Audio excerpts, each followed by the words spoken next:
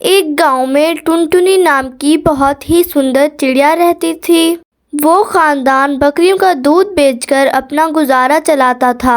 एक सुबह टुनटुनी की माँ टुनटुनी से कहती है, ये क्या तू सुबह सुबह बकरियों के साथ लग जाती है?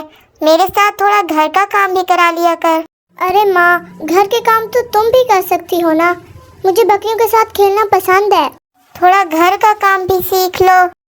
हाँ, सीख लूंगी माँ, बस। टुनटुनी को बकरियों के साथ खेलना बहुत ही पसंद था। वो सारा दिन बकरियों के साथ खेलती थी।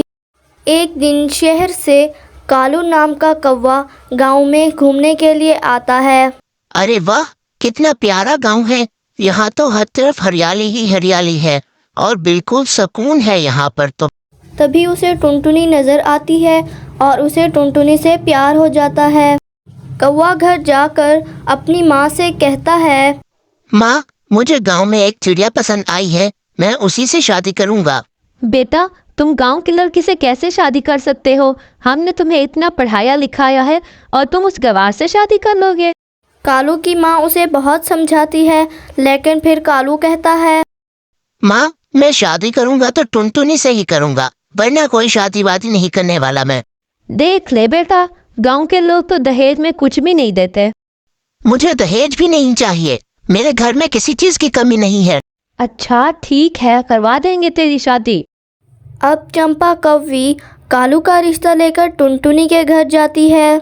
चंपा कौवी टुनटुनी की माँ से कहती है, हम टुनटुनी का रिश्ता लेकर यहाँ आए हैं। बहन जी, हमारे पास देने के लिए कुछ भी नहीं है। अगर फिर भी आप रिश्ता करना चाहते हैं तो हमें ये रिश्ता मंजूर है। हमारे बेटे को टुनटुनी बहुत पसंद है, इसलिए हम यहाँ पर आए हैं। टुनटुनी की शादी कालू कौवे से हो जाती है। टुनटुनी की माँ उसे दहेज में 4 बकरियां देती है। शहर जाते ही चंपा कौवी की सहेलियां टुनटुनी को देखने के लिए आती हैं। बहू तो बहुत सुंदर है बहन, दहेज में क्या लाई है? सुना है कि 4 बकरियां लेकर आई है। हमारी बहू तो बहुत ही अच्छी है, गांव की है तो क्या हुआ, तुम लोग भी ऐसे फजूल की बातें करते रहते हो। चंपा दिल ही दिल में टुनटुनी को कोसने लगती है और बात बात पर उसे ताने सुनाने लगती है। एक दिन चंपा कौवी टुनटुनी चिड़िया से कहती है, अरे ओ टुनटुनी, कहाँ है? सुबह के 8 बज गए हैं और तुझसे अभी तक नाश्ता नहीं बना। वो कालू जी को आज ऑफिस जल्दी जाना था ना, तो टिफिन पैक करने में टाइम लग गया थोड़ा सा। तेरे बहाने तो हमेशा ही तैयार रहते हैं। जैसे बहाने तैयार रखती है वैसे खाना भी तैयार रखा कर। ठीक है माँ जी, आइंदा से ध्यान रखूंगी। एक दिन चंपा अपनी सहेलियों को खाने पर बुलाती है। कहाँ है तेरी बहू? नजर तो नहीं आ रही है। तुम बैठो, मैं आवाज लगाती हूँ उसे। हाँ हाँ, जल्दी बुलाओ। चंपा टुनटुनी को आवाज लगाती है, लेकिन टुनटुनी घर पर नहीं होती। कुछ देर बाद टुनटुनी घास की गठरी लेकर आती है। चंपा की एक सहेली चंपा से कहती है, देखो, आ गई तुम्हारी गांव की गवार बहू। घास लेने गई थी माँ जी। यहाँ पर शहर में तो कहीं घास मिलती भी नहीं है, तो दूर से घास लेने गई थी। देखो, बकरी भी कोई पालने की चीज है भला। अच्छा ठीक है, चल अब तू जल्दी से खाना बना, सबको भूख लगी हुई है। जी माँ जी, अभी खाना बनाती हूँ। ये कहकर टुनटुनी खाना बनाने लगती है और सब खाना खाकर चले जाते हैं। फिर चंपा टुनटुनी को खरी खरी सुनाने लगती है। तूने मेरी दोस्तों के सामने मेरी खूब बेइज्जती करवा ली। अब तू ये बकरियां घर में नहीं रखेगी। नहीं माँ जी, ये बकरियाँ कहाँ जाएंगी शहर में? आप ऐसा मत करिए। कहीं भी जाए, मुझे उससे क्या। मुझे ये बकरियां घर में नहीं दिखनी चाहिए। माँ जी, ये घर के बाहर ही तो रहती हैं, ये किसी को कुछ नहीं कहेंगी।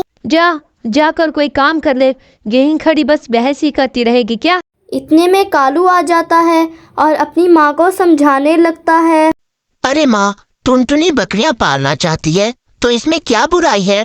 इसकी बकरियों की वजह से मेरी सहेलियों ने मेरी बहुत बेइज्जती की है। रहने दो ना माँ, जब कुछ दिनों बाद हम टुनटुनी के घर जाएंगे तो उनको वापस छोड़कर आ जाएंगे। एक दिन चंपा की तबीयत खराब हो जाती है, तो कालू चंपा को लेकर डॉक्टर के पास जाता है। और डॉक्टर से कहता है, डॉक्टर साहब, मेरी माँ की कल से बहुत तबीयत खराब है। क्या हुआ है इन्हें? कल से बहुत तेज बुखार है। डॉक्टर कालू की माँ का ब्लड टेस्ट करवाती है और बताती है कि इसकी माँ को डेंगू हुआ है।